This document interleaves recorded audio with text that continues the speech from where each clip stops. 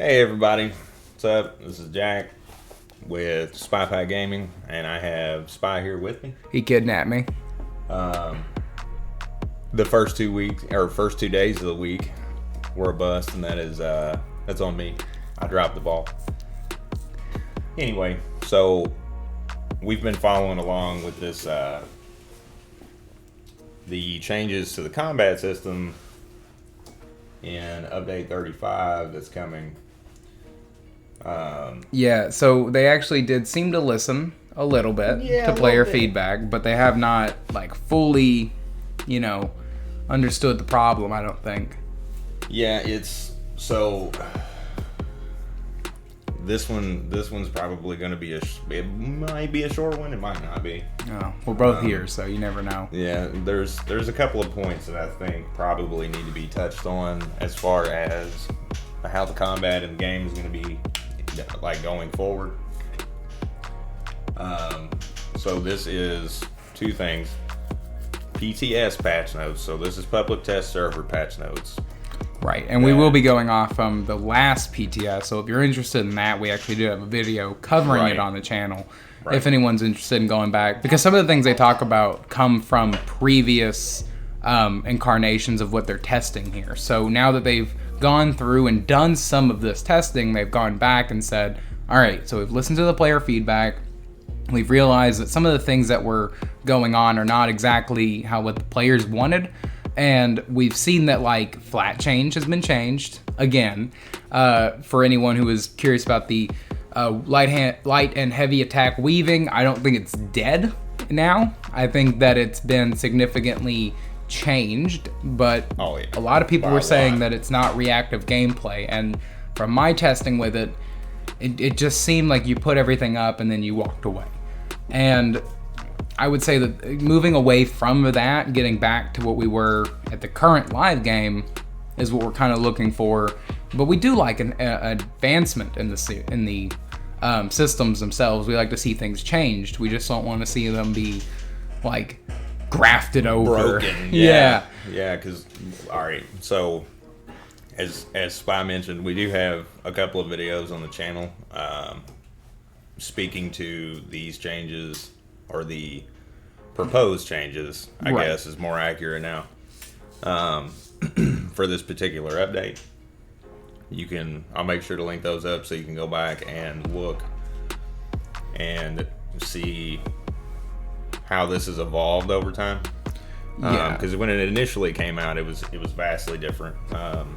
But so we'll go ahead and get into it. But one more thing I want to say before we get started: I have the developers' spoilers open. So if you don't want any spoilers, or if you don't read the developers' comments on the changes, which I don't know why you wouldn't. They're sometimes pretty funny. They are. They're funny, and sometimes they do a better job of explaining the change in their comments than they do on the actual change part. Yeah, because they get real with you for a minute, which I do like about ZOS. They do like to get real with you for a minute and explain what they're kind of going in on. Yeah. All right. So I've got a couple of tabs open here. The first one, and this is all one post, but it's a pretty lengthy one, so I've got them open to the points. Right. And we're not going to be going over the class changes on this. We're just speaking specifically about the light and heavy attack changes that came in within the last update of the PTS and how they've evolved so that you guys can be ready for when it comes live. Right. So light and heavy attacks, they have gone back, and they are now using a scaling system again with your highest offensive stat. Rather than dealing a flat amount of damage, which was the first proposal for light and heavy attacks. Which is better. I think your stats should definitely be represented onto your gameplay style. They should be. It's when you attack something, you didn't build offensive stat for no reason as a DPS. Right. And it should be reflected in all actions that you take. I think that they can be reflected in. I think they missed the point where they have so many sets in the game that affect light and heavy attack, and when they go into a flat stat, you have to realize what that means. That means percentage based or directly flat. And if those two things, if either of those are applied to your light and heavy attacks, things get very weird. They do, yes. Speaking to the sets, you could wear the way that it was going to be before, you could wear 2 sets that buff your light and heavy attacks by 2,000 or so. You wore Undaunted Infiltrator. I said Bastion in the last video, but it's Undaunted Infiltrator. You wear Noble Duelist and Balthazar's Band. And those 3 would give you a flat stat on top of your light attacks that would essentially, just break the system. They wouldn't work right.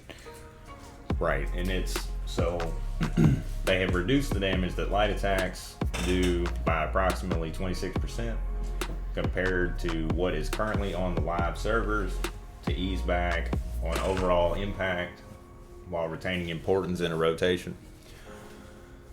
I don't think so. For anybody who's not real sweaty about like numbers and stuff, I don't believe that 26% is a massive nerf. Like if you were to pull up a combat metrics like readout, your I'll say top 5 for most players, if you're actually weaving, if you're actually attempting to light attack weave, somewhere in the top 5 damage sources that you have right now, your light attacks are going to be in that. Well, and that's how it's been for a long time. And I think that maybe cutting it back a little bit wouldn't be a horrible thing. I just think that you have to do it right, and you have to give something for it. You have to. So I'm trying to think how to say this. If you're more practiced at light attack weaving, it's going to be in your top 3. But it's still just a percentage of an overall amount. So a 26% reduction on light attack damage is not actually going to be a 26% reduction in damage. No, it's going to be one of like 5 major sources of damage. And it might be like 30% of your damage. It might not even be that high, honestly. Well, we're taking a 10,000. Like I'm just gonna give a wild number because someone's like doing a lot with their light attacks, but they're doing a good amount that makes a consistent damage. What we're looking at is if you're doing a rough 10,000 damage a second with your light attacks, you're now going to be doing 7,400. Or if you're doing 1,000 with your light attacks per second or so, you're going to be going down to 740. It's not exactly a massive jump in the way you're going to be playing. You just have to be aware that light attacks are not as worth it as they were before, but they're still definitely relevant here. Right, because they are still retaining 74% of their scaling potential right now. So the change to heavy attacks is actually 2 changes.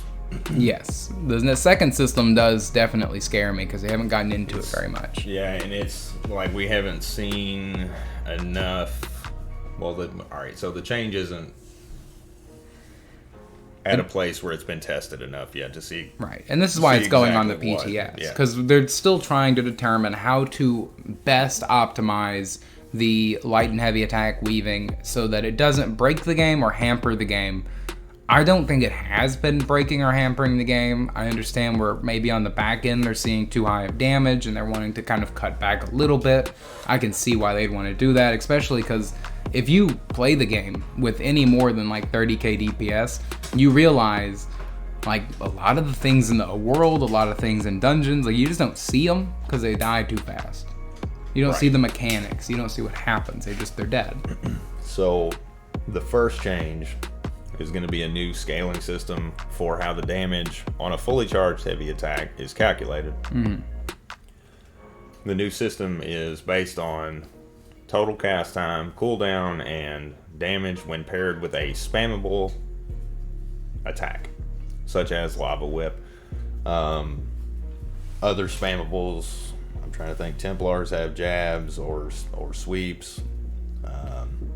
Right, so it's going to be taking your full kind of rotation and abilities into account whenever it goes for that heavy attack, which I think it makes sense because the lower your mana or stamina is, the more you've done, which means the more cooldowns will be out, or the more things that will be out, which it'll look like it should give a good representational whole.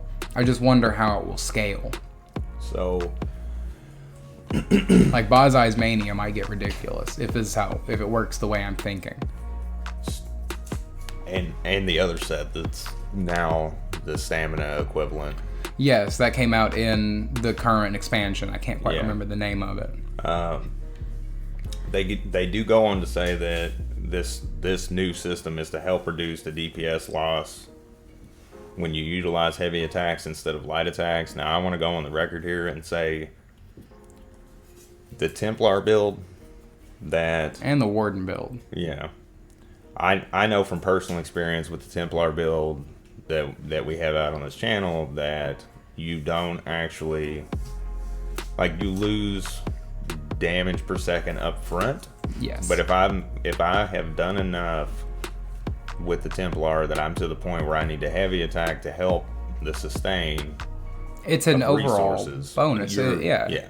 Well, you're losing the initial damage, like you said, but as soon as you get your recovery back, as soon as you get your resources coming in, you can then use that again, flip it around, and get more damage. It's a building effect, but sometimes you have to stop and reset. Yeah. So even though you're losing a little bit on your heavy attacks, you're actually gaining what would be consistent damage overall in comparison to where you don't really want upfront initial damage as much in ESO. You want it to be hard hitting in the beginning, but once you're starting and you're going into the fight and you've been in the fight for a while and you go to heavy attack, that's to maintain yourself. So heavy attacking is like, it should definitely not be a damage decrease, but I don't think that the damage decrease you're getting from it is a damage decrease. No, it's not. So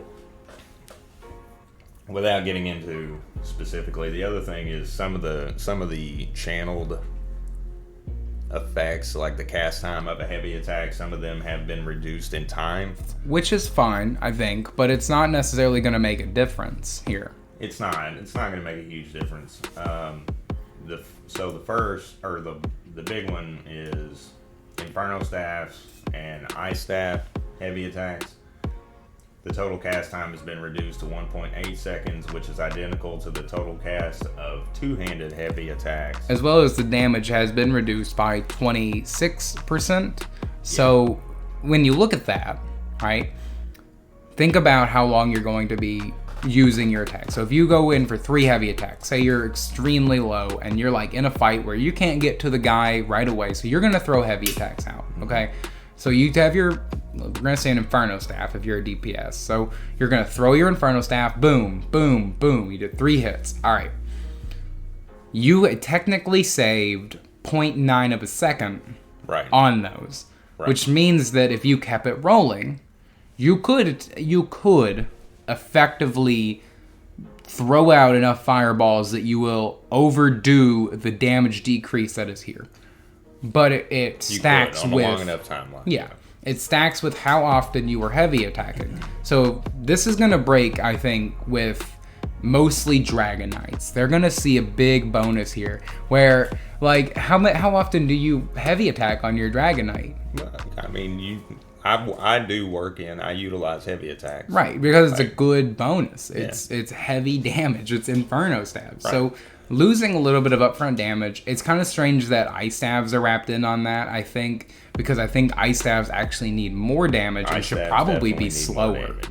I don't know if they need to be like, all right, so I think elements need to be represented a little bit better. The reason I think this is important is there's a change in cast time that is going to give you resource on a thing that is going to give you resources back, that is targeted around before or after recovery ticks. The only looks like, aside from the damage here, that looks like the biggest change. This is mostly going to affect the top end less than the bottom end, right? People who are just playing the game, you're going to go, oh cool, my flame staff is a little faster. But for people on the top end, you can maximize that 0.3 of a second extra on top.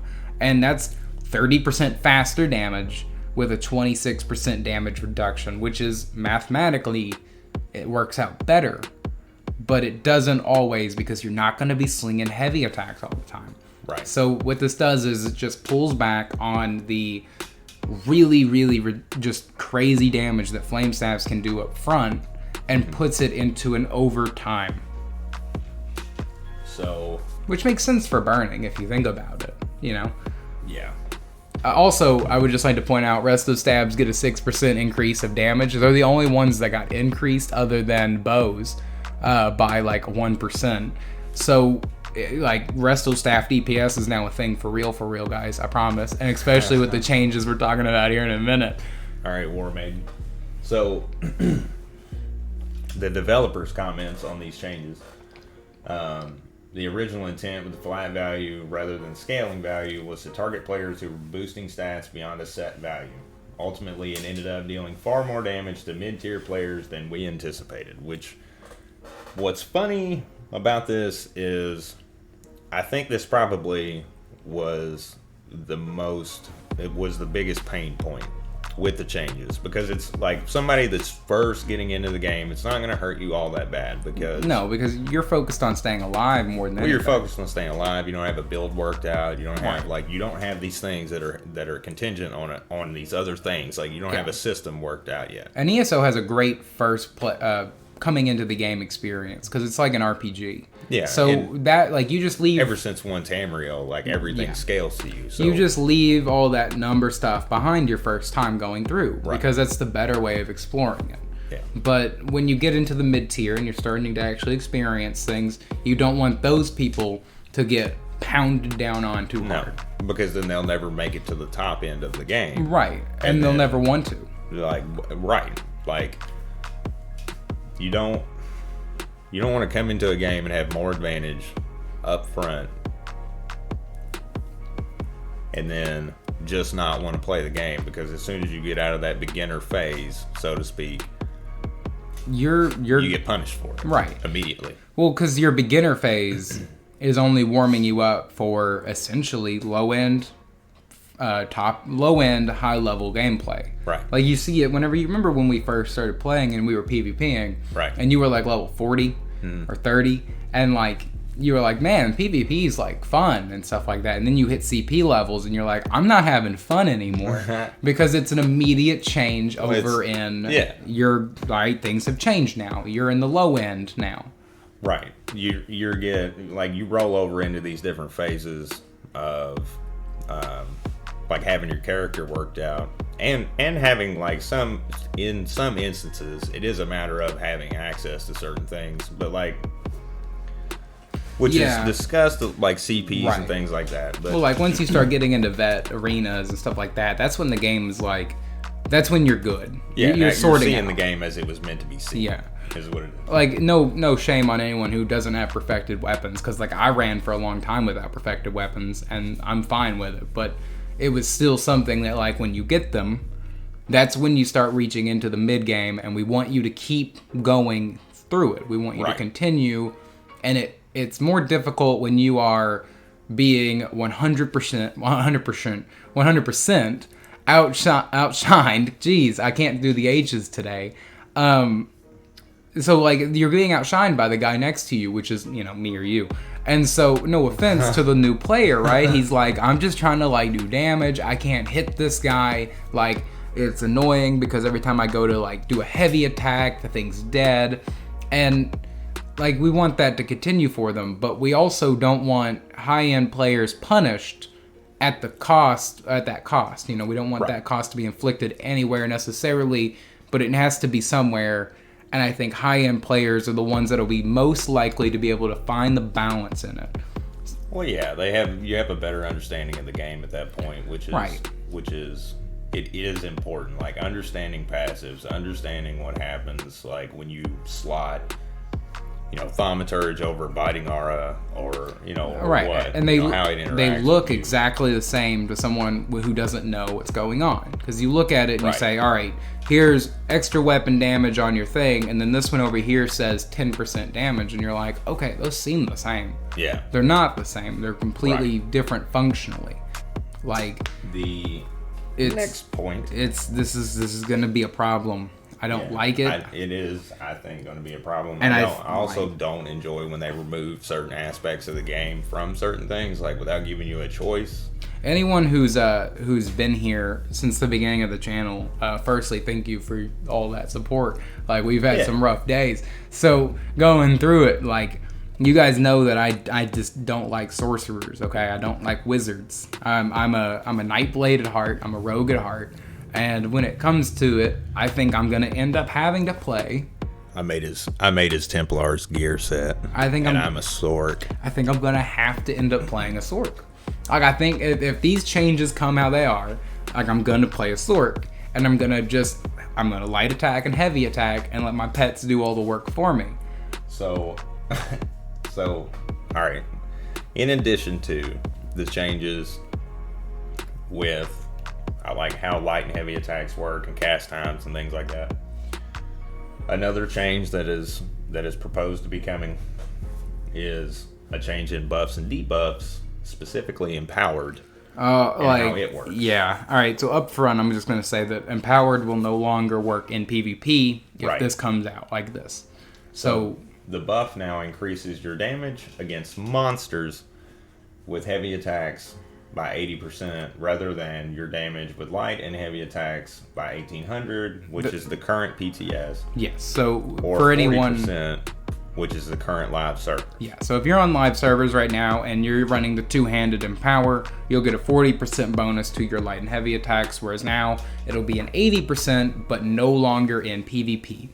And no longer affect light attacks at all. So here's where I'm going to have a problem, is because if you choose to play in PvP, you have multiple ways of playing, right? You have CP and non-CP. And if you choose to go into CP, you are allowing the entire game to be as it is while you're there. Right? You were saying, I want the full experience. Everyone to have everything that they can. And it makes the gameplay a lot more fun, but it also makes it a little bit more broken, and that's fine. But that's where I like it, because I'm a Morrowind guy, so like I like to become God at some point in the game. Right. And this right here is one thing that just doesn't work in PvP. It just doesn't work, and like, so how is that going to be mirrored? How is that going to be explained to the player, especially new players?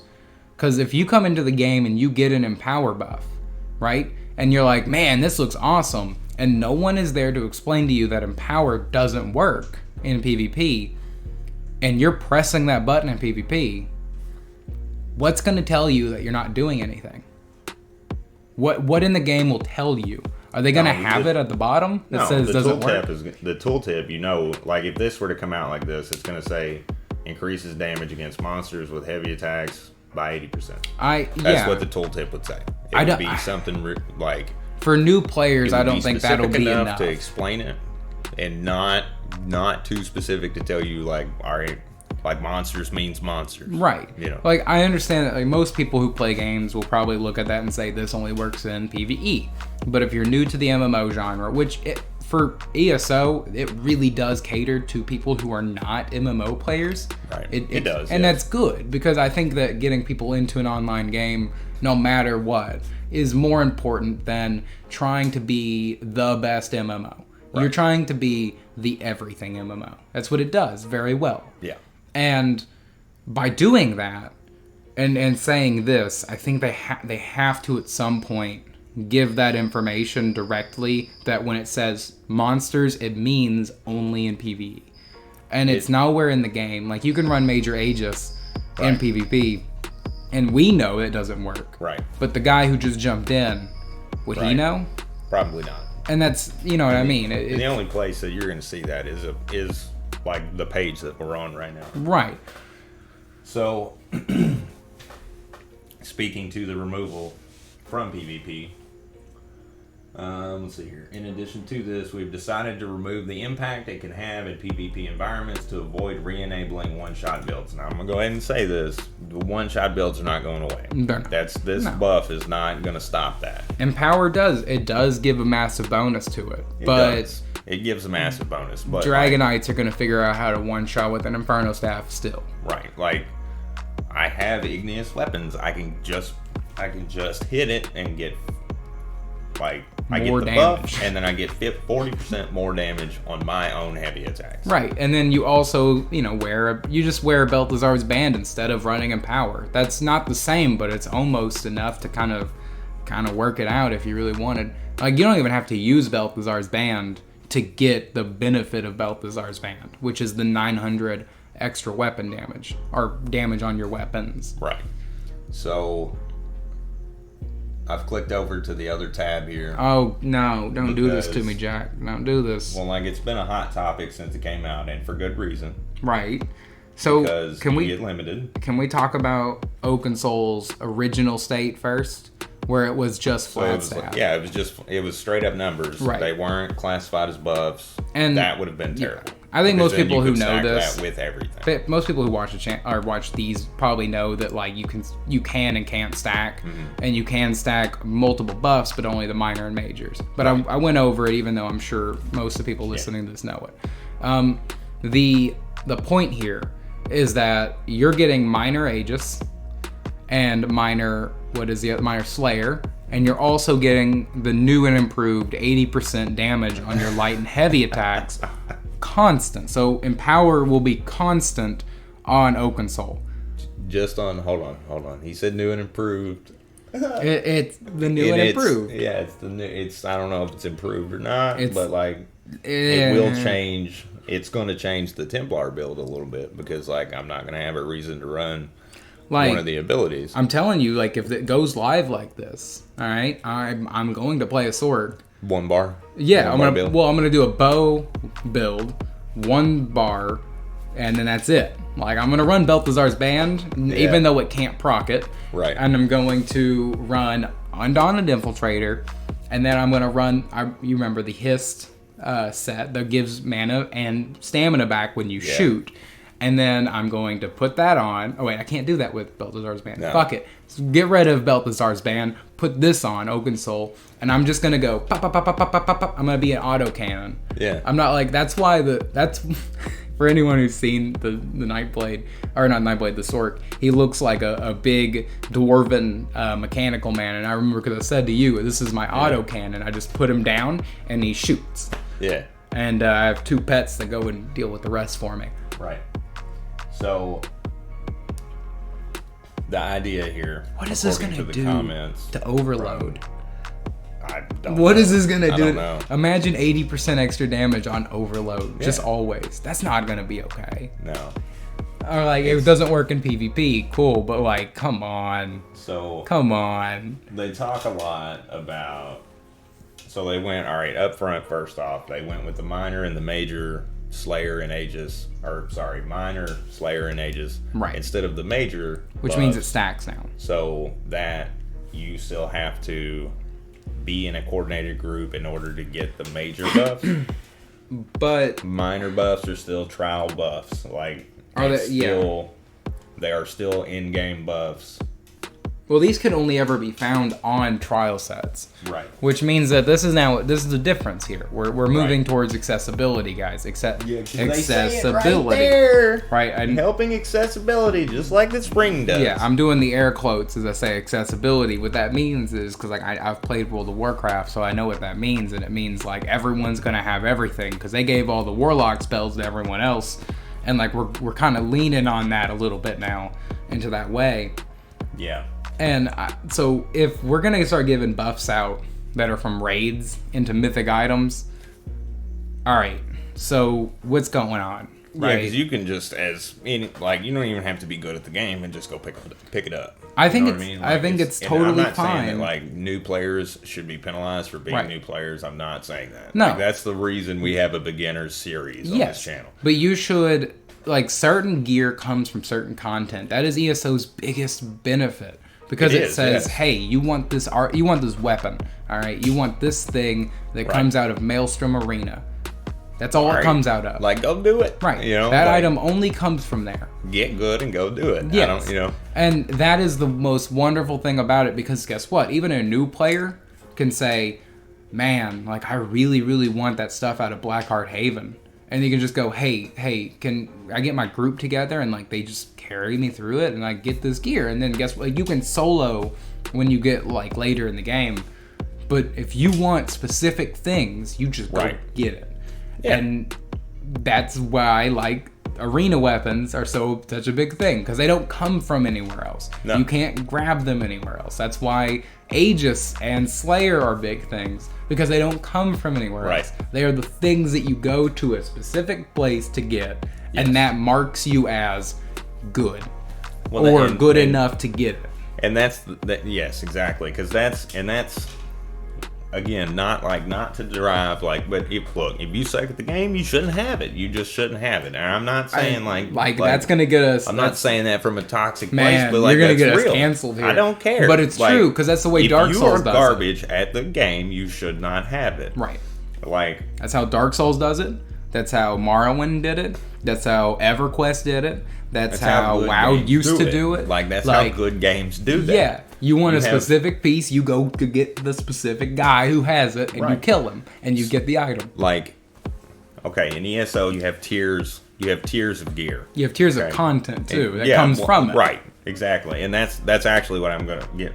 That's the route that I'm going down here. Right. You have overland sets, and you have crafted sets. Yeah. Those are easy to grab a hold of. Yeah, you can buy them. And then you have dungeon sets, which means you have to have been present in the dungeon at least once. Yeah, at least once. Because here's the thing, you're not going to get it because you can't buy it. You have to go get it. Yes. And then there's arena stuff, and there's trial stuff, and there's monster sets that only come from veteran places. Like you don't have to be the best player ever to get these sets. Right. You don't have to be. You can get carried through it like a motherfucker. But guess what? Here's the thing, all right? You had to be there. You had to be there, and you had to get in a group. Mm-hmm. That means that at some point you went through the checks and balances, and you got with guys, and you guys went in and you sorted the problem, and you got your gear. And if you got a full set from that place, like either people handed it to you or you got lucky, it doesn't matter. You were there once. Right. You did the content, which marks you. I'm okay. Like mythic items, their ease of accessibility ranges so wildly. It does, yes. And it comes like some pieces are really difficult to find, and you got to find 5 of them before you get it. Right. And it's tied to an antiquity system, which is an entirely different way of gameplay. Right. It's not necessarily not difficult, but it's different. And I think that I like that, because they used to give specific different unique things. Right. And now Oaken Soul's come out, and it's not necessarily a unique or different thing. It's just, here is all the buffs in the game. You can only use 1 bar. And I understand why they'd want this accessibility item like tied into a system that anyone can get into, that you don't need gameplay fundamentals to understand. Right. It's an item that a new player who has the current expansion can get and learn the game on. But I don't think it's necessarily a training wheels. It's more like a crutch. It is. And but it's not training wheels because we're reaching the point where it's too powerful. Slayer and Aegis, man. Yeah. Like, and it already has brutality, courage. Yeah. Like every major buff is on this thing. Every major buff, and at the cost of 5 abilities, which is by the way is not a problem. Like, I'll put the Oaken Soul ring on the Templar and just go kill everything. Well, there's been builds I've made, like on the channel even, where I've said like, look, you guys, you can change out this ability here, like these things are like universal, like this thing here fits for everything here. You don't need this, you can use this, like, because when it comes down to it, you start, like, you get 10 abilities, but like 2 of them or 3 of them are kind of like toss-up sometimes. You're like, these are utility, or this sorts out a problem here. That's where your group coordination comes in. Right. This removes that. Right. You don't need to grab this buff. Right. You don't need to grab this thing for this dungeon. This removes all of that. All you have to focus on is hit thing. So we've talked about trials, we've talked about the Oaken Soul, the changes to combat and all that stuff. And then, like, to wrap it up, like right here at the end of the comments, Mm-hmm. They don't. They want to help the set because they've nerfed it since it first debuted. It has been nerfed. It was a nerf because it took it from flat stat to buff, so it takes the place of any buffs. You can't run two brutes now. Now you can't, exactly. Right. So because this the old thing one doesn't just also stack with everything else in the game. Because it used to be a flat 20% extra damage, no buff attached. Right. So if they, man, like in the tank video, yes, like I showed Crimson Oath Thrive and Puncture, so like you get that is an example of 3,500, a number, right? Right.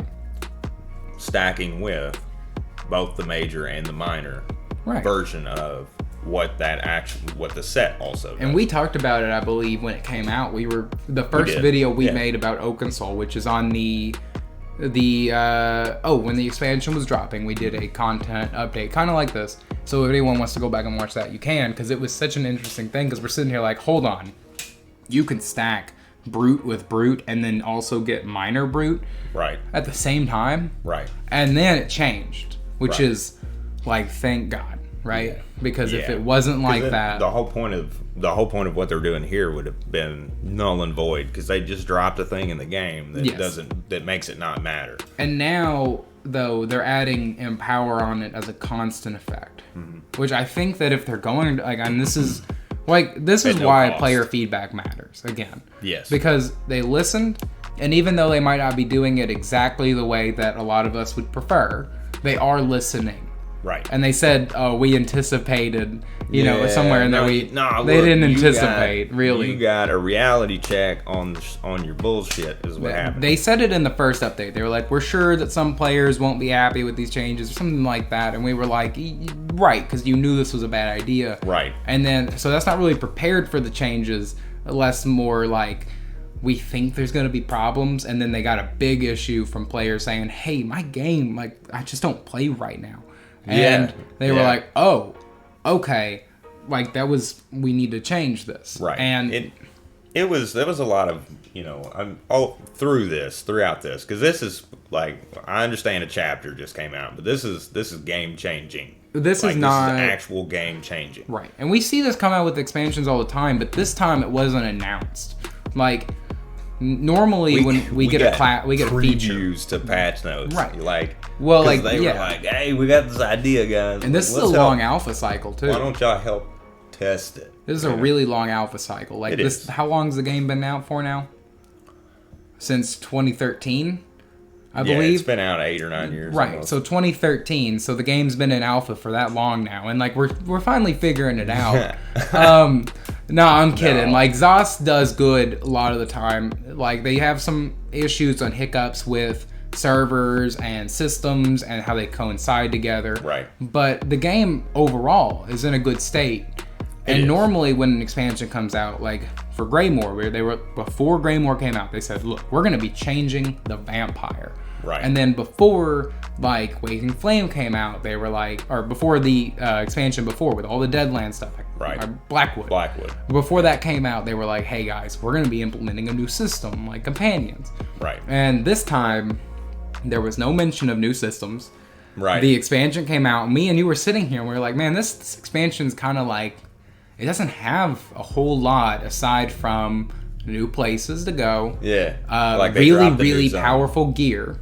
Yeah, some of it is. Right, yeah. And so we're sitting there thinking like, all right, so this Order's gear... Wrath is broken. Yeah, we're like, this gear is good. It's like they're trying to like make up for not making a lot of content. And then we didn't understand.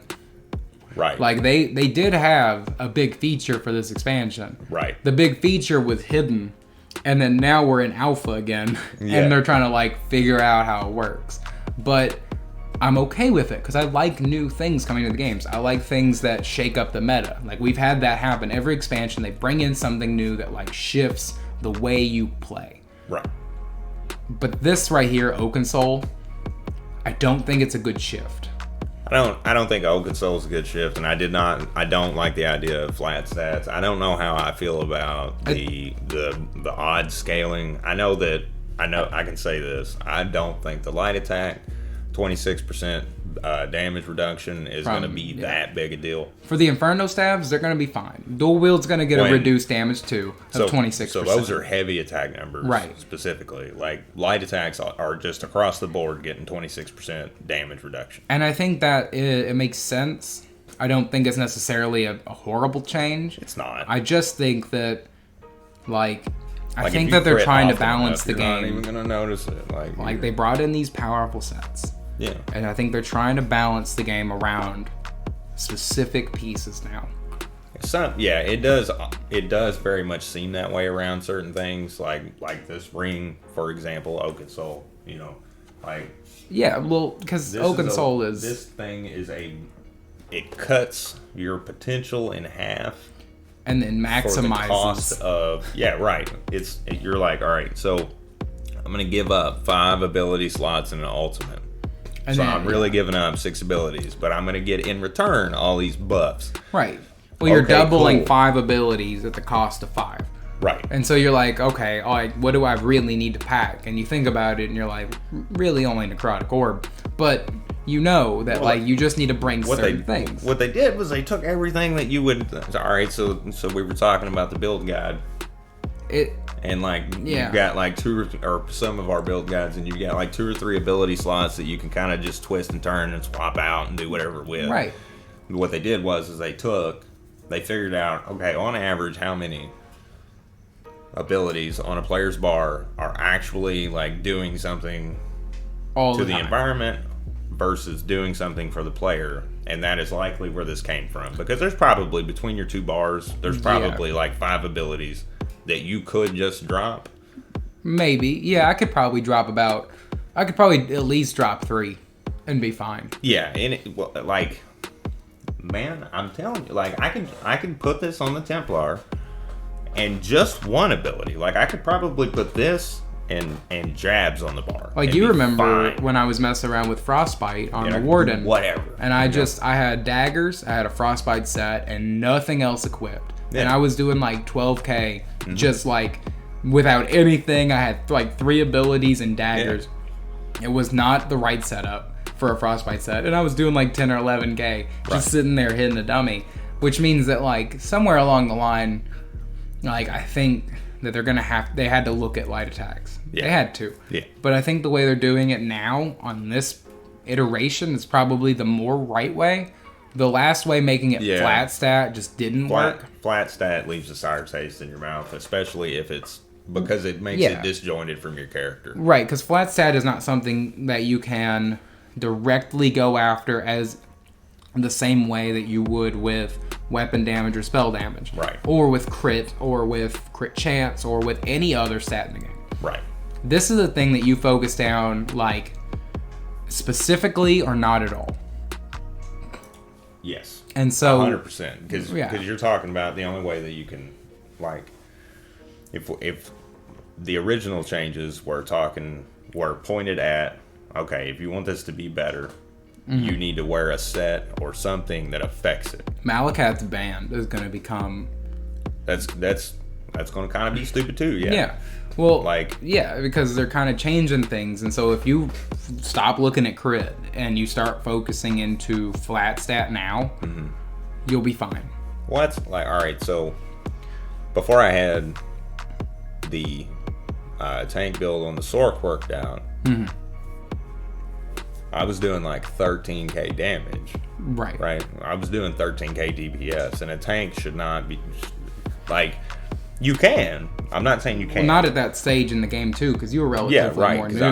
I was still I wasn't CP 300 even yet. I was new. Okay, and you just there's things it just doesn't make sense to do, and it's that is an example of it, and this is going to allow things like that for every setup. It doesn't take that much figuring out to get around it. It just does. Oaken Soul removes the use of utility. It removes your functionality from your class, and I think that it gives you so much damage, which is at the top end and on the low end, it has a place. Yeah, I don't know that this is. They said they were targeting veteran players, and I don't honestly like. I don't know if it would keep me. Like, I haven't used it just because I don't want to be a one-barred build. Yeah, but, like, I don't know that it would keep me from using it. Like I said, I could get rid of 3 abilities, but I also really like having those abilities. Mm-hmm. Like, remember the first Nightblade build on the channel was a stealth healer, mm-hmm. which is unique for sure. I mean, I thought it was very fun, and I thought it was different, and would I have that if I had Oaken Soul? No. Would I have anything on the Warden aside from Necrotic Orb, Trap, and I wouldn't even have Trap because I'd have Major Force. So I would have Necrotic Orb, I'd have Rune, and then I'd have Slice and Dice. I'm going to call it Slice and Dice. The dual wield, you know, jab, jab, and then cuts. And I'm good. And that would have been my entire build. And I wouldn't need anything else. And Bear is a passive ult. So, and think about it even on a Templar. Like, you get backlash, jabs, you get Rune of Protection maybe, and then like, and then I would pick up. Like, if I had to pick 5 abilities, it would be puncturing sweeps. Yeah. Because like, look, I'm gonna kill it if every time I hit it, I get 40% damage back in health. I'm gonna kill it. Yeah. So get now biting. I can stand here. Biting aura too, if you wanted to be real stupid. Like, look, we're gonna get sweeps. We're gonna get the Rune, focus Rune. So we get some like resistance bonus and some passive healing coming back. Yeah. So now we've increased our health coming back. We're gonna get backlash. Or what is it? The morph? That's not backlash. Purifying light. Purifying light. Yeah, that one's bad. Or you can get the stamina morph and just do some breach. Like, yeah, well, because why not? Yeah, right? Why not? Exactly. And I mean, like with this kind of a setup, the hell out of yourself with one fucking piece of gear. With Oaken Soul, and they keep adding to it. Like they nerfed it slightly. They were like, look, you can't get the majors of the buffs anymore. Okay, like just calm down, little Billy. And you were like, okay, I'm good. Yeah, that's plenty. Like we don't need all that stuff, so we're good with this. And then they were like, all right, so we're gonna give little Billy a bunch of gear just like on one piece. And we were like, okay, all right. So now we're seeing it where, like, this is the same thing that happened with Warlocks and, like, Wrath the Lich King. This is the same thing that happened to Rogues and WoW and Hunters and WoW, where all of your abilities that you do, like, now they're just accessible for everyone. Like, and that's technically accessibility, like, in the very broadest of the term. Right. Which that is the most broad definition possible. Right. Everything's now accessible. That doesn't make the game more fun. No. Because a lot of the fun in a game is the challenge. That's why we like... Exactly. That's why we enjoy Dark Souls. That's why we enjoy Morrowind. This is why we enjoy ESO. Yes. Because Elder Scrolls Online gave us a challenge, and by beating it, we get a specific thing. Yeah, because they are like, all right, so... like maybe a little bit of bashing of ideas has gone on here. That's it is what it is. Like, well, we are definitely opinion. If you're listening to it, it just is what it is. Right, and you don't have to agree with what we say here on the channel. We personally just we would love for you to leave a comment being like, "Nah, you're stupid. Here's why." Right, because then we can talk. Like we read them, and it's sometimes they're funny as hell, and sometimes you get us right on the money. Like there's been people that have been like, "Hey, so like, what was the set on this build?" And like my brain goes, hold on, I thought I linked the sets. Like, and I was like, no, I didn't. Oh crap. So like, you guys definitely keep us in line, but we rant about some of these things because we've seen the same design go sour in many games before. Right. And really, we're just trying to keep the line here where like we want our game the way we like our game. Yeah, because all right, so ESO. Elder Scrolls Online is so attractive to me as a game to play because they are good. ZOS is very good at making content that tells you that if you should not be there. Right. They are good at that. Like they are good at making the old school stuff. Like they're good at figuring that out. And even with scaling, which is a remarkable feat. Even despite one Tamriel. Like, all right, you don't have to have veteran levels and all this shit anymore. But they are still like, if you can't. You're not just gonna walk in. No. To like the Dread Cellar on Veteran and just barrel through it. You're not going to do that. Well, because scaling typically is one of those things that like used to not exist, where you'd be like, I'm going to walk into the zone, and then you'd find out it's 15 levels higher than you. Right. But now everything's scaled to you, but still the challenge remains because it's scaled to you. Right. You specifically. Yes. That's it.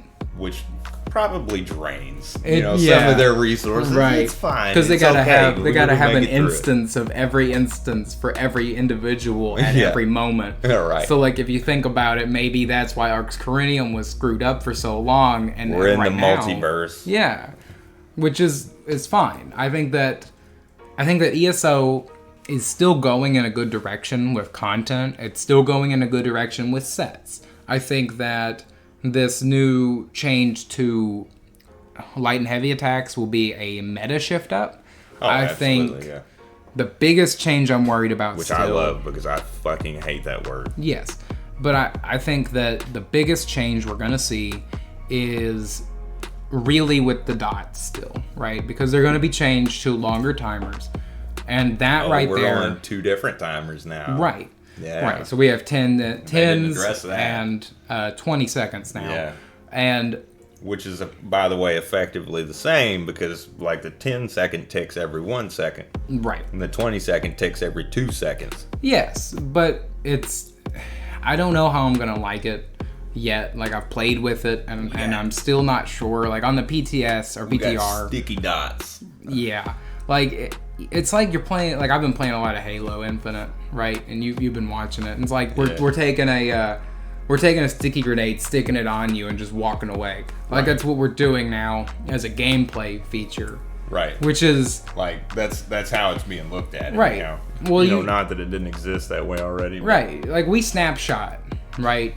Because snapshotting still exists, and that's an old term for anyone who's still curious. Like you buff up, and then you go bang, and when you hit them with that dot, it takes everything you had before the dot, right, and then continues it after the buffs have left. Yes. So snapshotting exists, even though it's in a lesser form than it was in like World of Warcraft when it was in its heyday. Like back then, you'd have druids one-shotting things with a dot, but now, we still have it, and it's good that we have it. But like now, snapshotting's even simpler with Oaken Soul.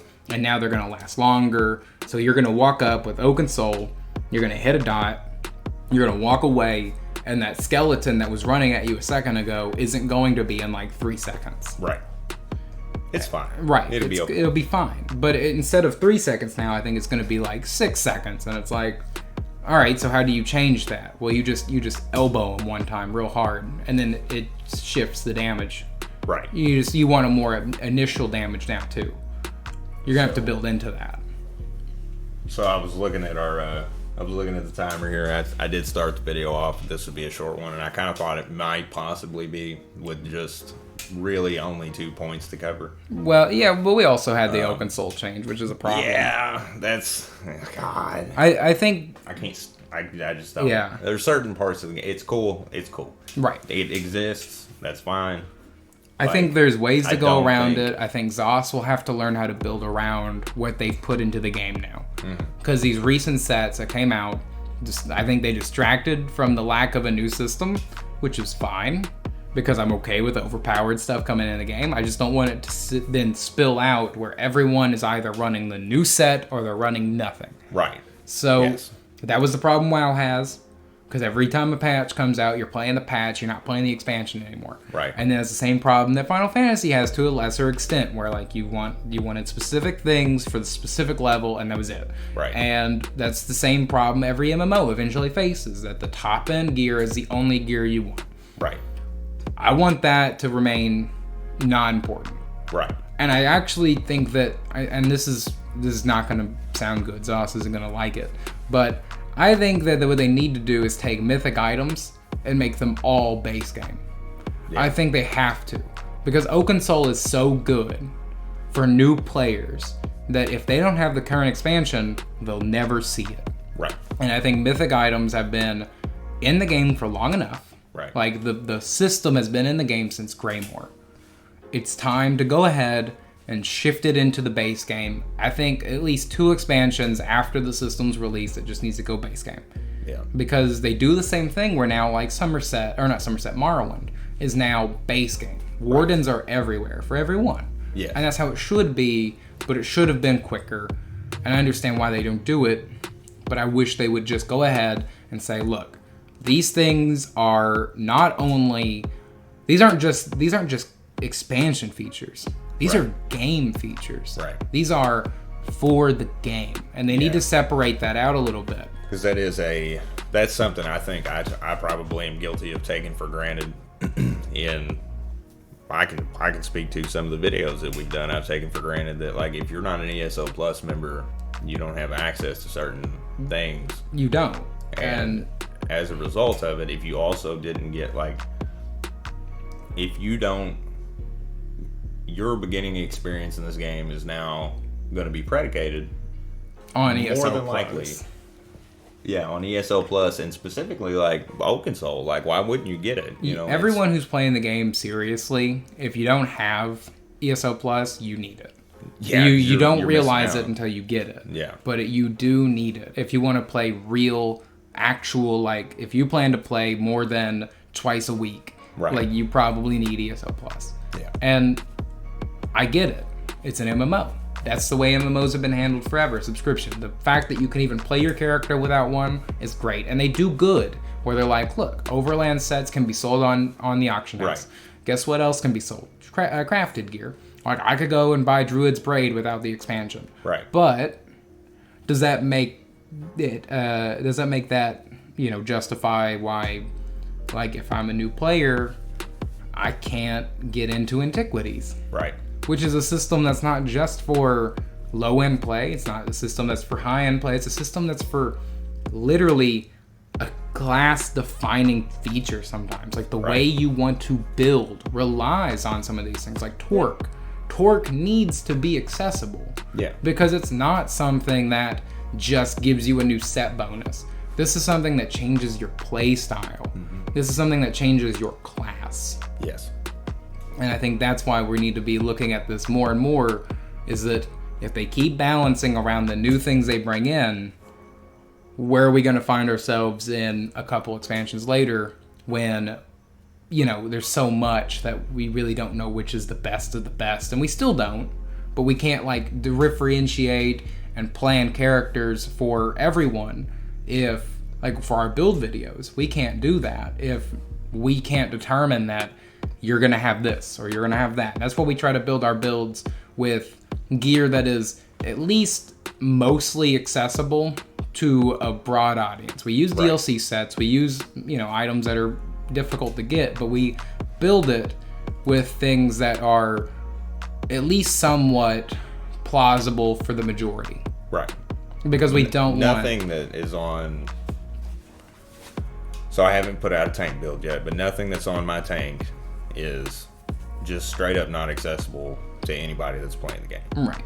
And that's what's really important, is that, for us, we have to plan our build guides. And when we're planning them, we have to think about it like, all right, can we put together an Oaken Soul build?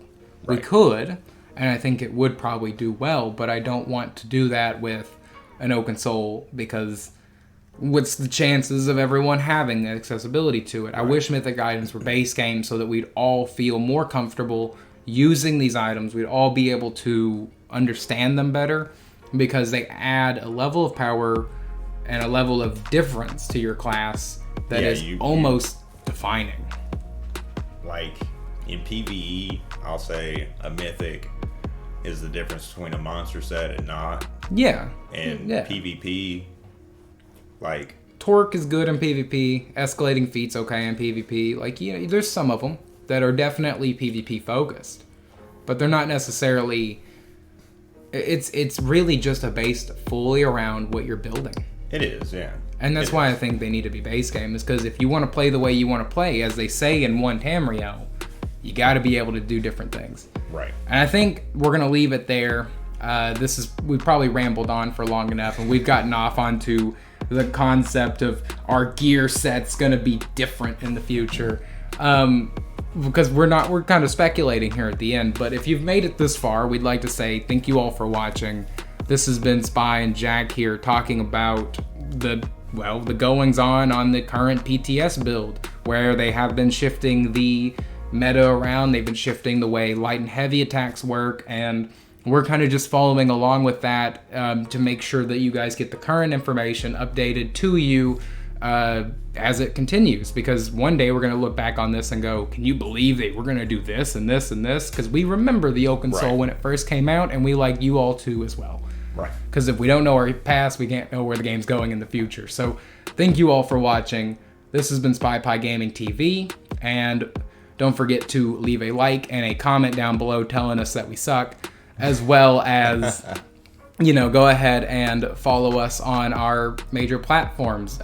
Jack, go ahead and take it away. So you can find us on Twitter and Reddit, and obviously here on YouTube. There's a couple of things before I close the video out. So if you want to donate directly to the channel, there is a button below all of our videos now that says thanks, shaped like a heart, and you can click it and donate a couple of dollars if that's all that is feasible. We always appreciate any support that you guys can give, as well as just even clicking on the video. Yeah, honestly, like being here watching this and a subscription to the channel is way more than enough. But and then we also have Spy Pie Gaming t-shirts, which I will make sure to put a link to up in the corner of the video and also down in the description. For anybody who's interested. That's all I've got. It sounded like all Spy had. Yeah. We'll see you guys in the next one. Yep. Or unless you guys come see us in game. I'll see you guys later, and we'll see you in the next video.